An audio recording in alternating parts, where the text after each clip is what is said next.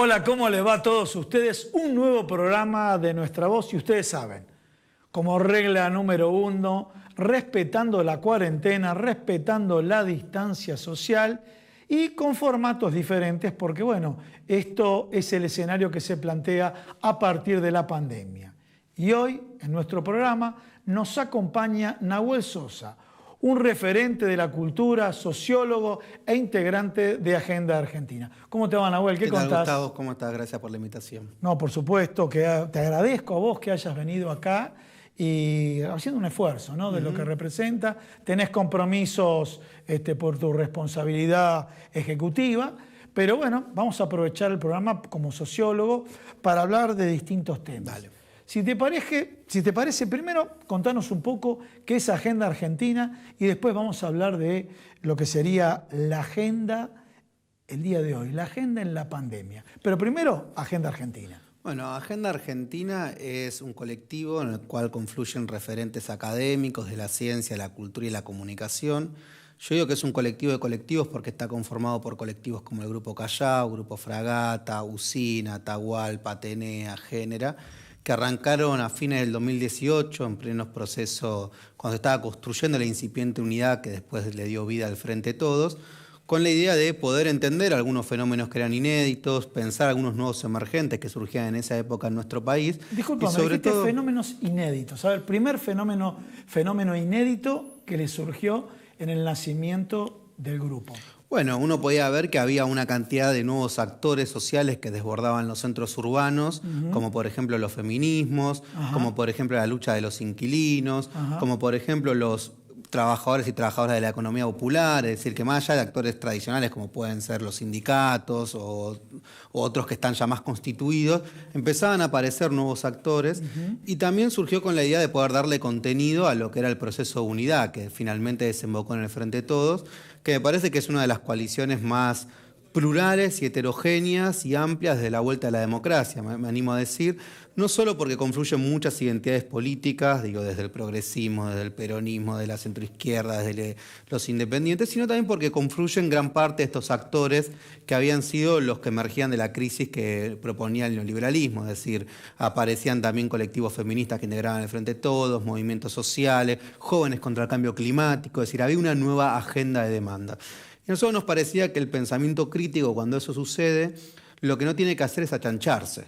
Por el contrario, no tiene que reproducir lo que ya conoce, sino que tiene que animarse a producir. Es decir, bueno, produzcamos nuevas categorías, aún a riesgo de equivocarnos, que nos permitan por lo menos comprender, y comprender sobre todo para accionar, no solo de un lugar contemplativo. Es decir, comprendemos para que después esa comprensión se transforme en acciones públicas.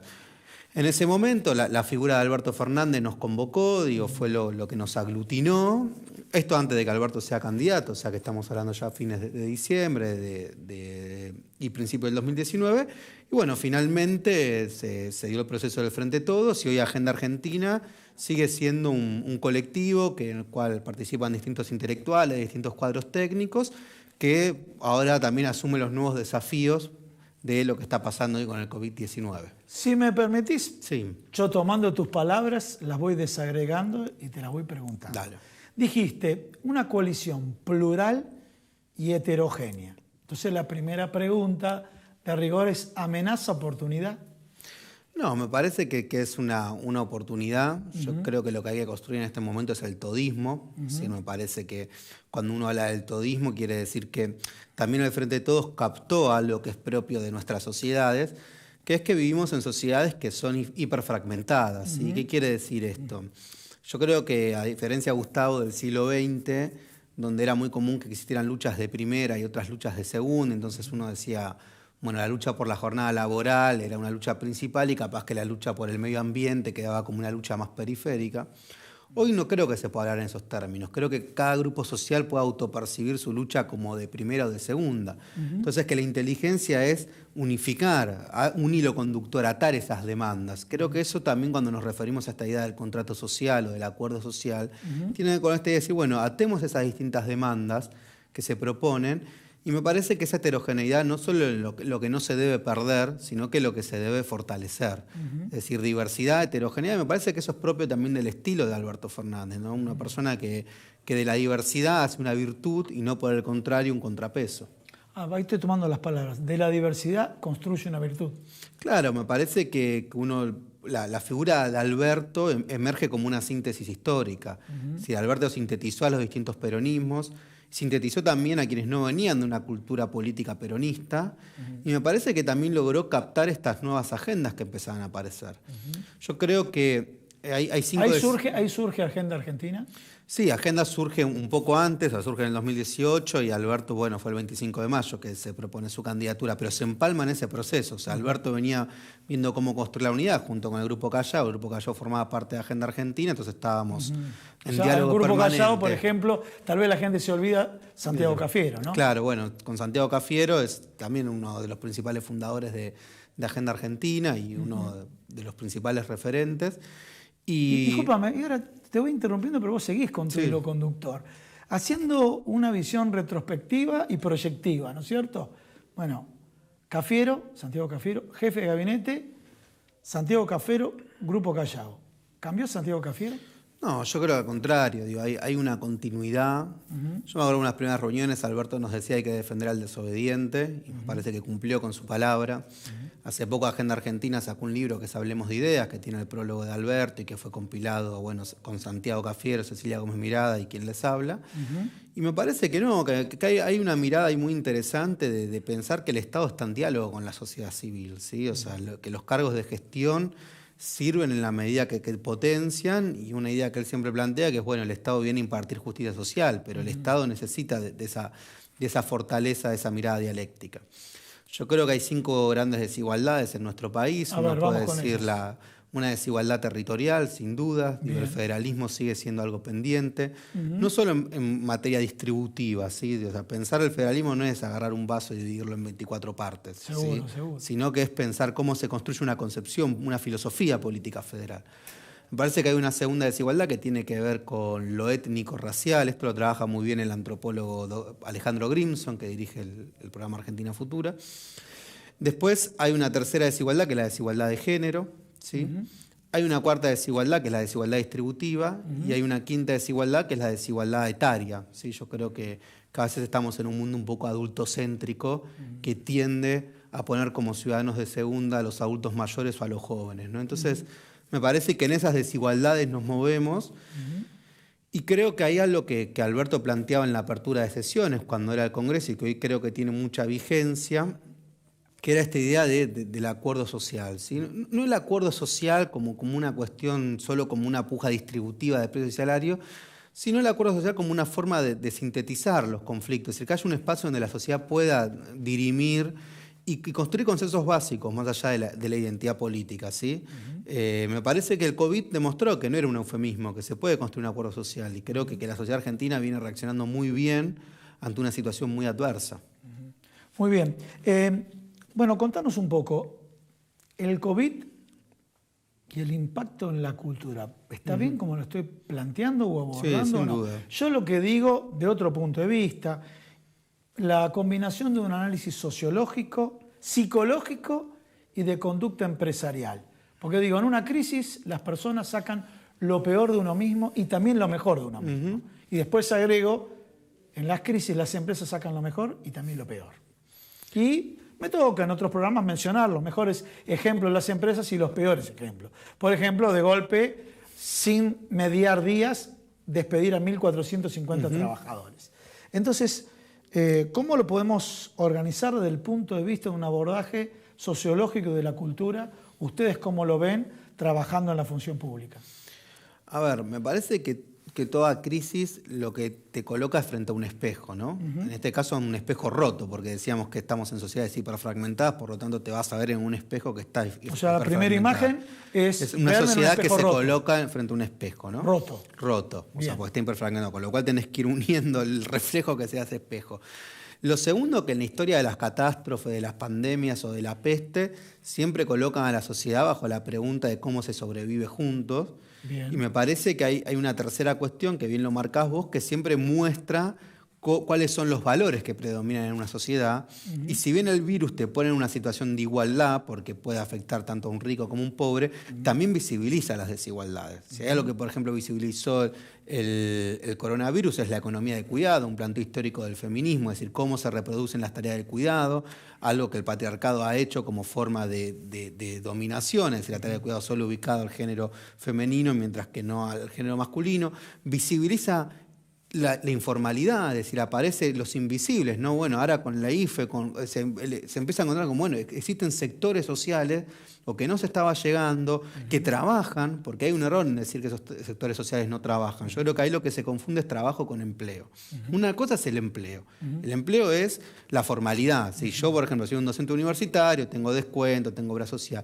Ahora, quien está siendo vendedor ambulante, 15 horas en un tren, puede estar desempleado, pero está trabajando, y hasta capaz que está trabajando más que yo, ¿se entiende? Sí, o sea, entonces creo que también lo que se manifestó es la importancia de los trabajadores. O sea, sin trabajadores no hay producción. Claro. ¿Sí? Cuando esto es como hace 50 días estamos, bueno, en un parate económico, ¿no? En este punto. Entonces, me parece que las sociedades nunca vuelven a ser las mismas después de estas crisis. Y que la apuesta es que la sociedad salga mejor, ¿sí? Porque vos decías algo, también las élites muchas veces hacen negocios con las crisis. El establishment muchas veces, uno cuando piensa en otras catástrofes, ha buscado la forma de, por el contrario, en vez de distribuir, tener una salida más concentrada. Ahora, yo observo que a nivel global el neoliberalismo está en crisis, es decir, que su capacidad... Primero hay que definir que el neoliberalismo es un proyecto económico, pero cultural. ¿Sí? Esto me parece muy importante. ¿Es cultural el proyecto? Sí, incluso fundamentalmente cultural, voy a decir, incluso a riesgo de polemizar con los economistas. No puede aplicar sus políticas económicas si no construye determinadas narrativas que den consensos sociales. Y como el neoliberalismo es un proyecto que penetra culturalmente... Pero ¿es cultural o es la teoría de la aguja hipodérmica, que se mete y hace repetir un discurso? Yo creo que es cultural, creo que el neoliberalismo sí propone un estilo de vida, la idea de la meritocracia, falsa idea, ¿no? Porque la meritocracia es una estafa, si no hay igualdad de oportunidades no es que llega al mejor, llega al que está en mejor posición. La idea yo lo llamo el individualismo popular, esto también lo trabaja Paula Canelo, es decir, individualismo popular. Individualismo popular. Claro, que es que las élites no solo quieren ser individualistas ellas, sino que tratan de que los sectores más bajos reproduzcan el individualismo que propone, ¿no? Hasta más, por yo ejemplo, le diría... Discúlpame, yo te doy un ejemplo. Por ejemplo, que le dicen abajo, muchachos, no se sindicalicen. Eso es una cultura de individualismo. Y hoy por hoy, esto compartiendo cuestiones familiares y demás, hoy por hoy le digo, bueno, gracias a Dios que tenés un sindicato que te protege, que de alguna manera tenés un interlocutor para no exponerte vos. Exponerte vos es tal vez quedarte en la calle, ¿no? Totalmente. La importancia de los sindicatos es fundamental, sin dudas, porque organiza y porque vence algo que yo llamo el hiperindividualismo, ¿sí? ¿Qué es peor que el individualismo? ¿El hiperindividualismo qué es? Vivimos en sociedades hipermodernas donde se aceleraron los tiempos, donde son sociedades muy narcisistas, muy hedonistas, ¿sí? Crecen los gimnasios, las redes sociales, o sea, crece una idea todo el tiempo de estar mirándose a uno mismo. Y el hiperindividualismo, yo diría que a diferencia del individualismo clásico, porque el individualismo clásico uno decir, bueno, una persona que es egoísta, una persona que pueda tener cierta práctica insensible, pero yo diría que el hiperindividualismo es como, además de que es un individualismo recargado, se pierde la noción de futuro, se pierde la racionalidad, es decir, yo quiero satisfacer mis intereses ahora, ya. Es casi un deseo emocional y no me importa si además no es solo no me interesa al otro, lo hago a costa de dañar al otro.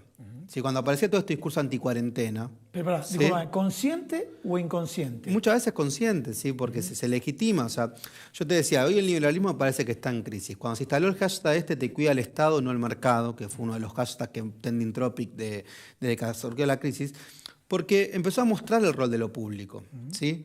Entonces, la necesidad de cómo se retorna un Estado social. Me parece que frente a ese avance, donde el neoliberalismo quedó en crisis, o sea, quedó al desnudo, lo que realmente es el capitalismo financiero, y esto lo ha cuestionado, digo, desde el Papa hasta economistas como Tomás Piketty, ¿sí? Digo, hay un consenso en decir, este modelo de este capitalismo financiero va llegando a su epílogo. A su vez, dentro de ese modelo, lo que se hace es que se sale con más neoliberalismo, ¿sí? Cuando uno escucha los discursos de Bolsonaro, entonces, y está una falsa dicotomía que es economía versus salud. Bien. Me parece que ese es el discurso que han querido encontrar, que si priorizás salud, desprotegés la economía. Y esa es una dicotomía falsa de toda falsedad. Vamos a una cosa, sí. Puedo decirte algo que inclusive algunos colegas tuyos, pero que pertenecen a la oposición, han dicho que el manejo del país es algo muy importante que quede solamente en manos de infectólogos. ¿Cuál es tu respuesta? Bueno, eso es algo que en realidad viene de una frase que se decía para la guerra, ¿no? La guerra es algo muy importante para que solo quede en manos de militares, ¿no? Bueno, me parece que esa mirada es una mirada parcial porque no da cuenta de todo lo que viene haciendo el Estado, el esfuerzo que viene haciendo el Estado, IFE, estamos hablando de precios cuidados, estamos hablando de soberanía alimentaria, estamos hablando de que crecieron las tarjetas alimentarias, y eso lo hicieron gente que tiene disciplina en economía, lo hicieron trabajadores sociales, el rol de los promotores, por ejemplo, el programa del Estado Cuida a tu Barrio. Entonces me parece que pensar que acá hay solo una cuestión de epidemiólogos es no ver que yo creo que al contrario, esto es un Estado interdisciplinario, donde los científicos tienen un lugar muy importante, ¿sí? El CONICET, digo, me parece que eso es fundamental, que eso no quita que obviamente ante una epidemia quienes más se han capacitado y quienes más saberes tienen y vuelcan esos saberes de forma generosa con una función social, que es la función que tiene que tener la ciencia.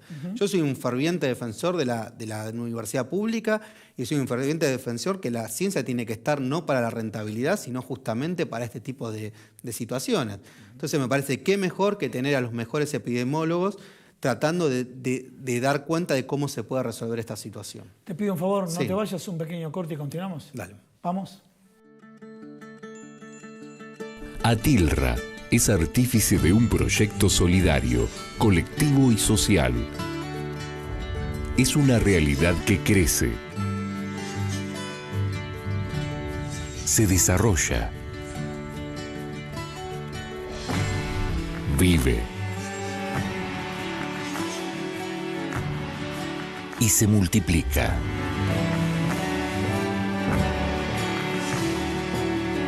Pero sobre todo, permanece en el tiempo. Atilra, más de 70 años sembrando de sueños el camino.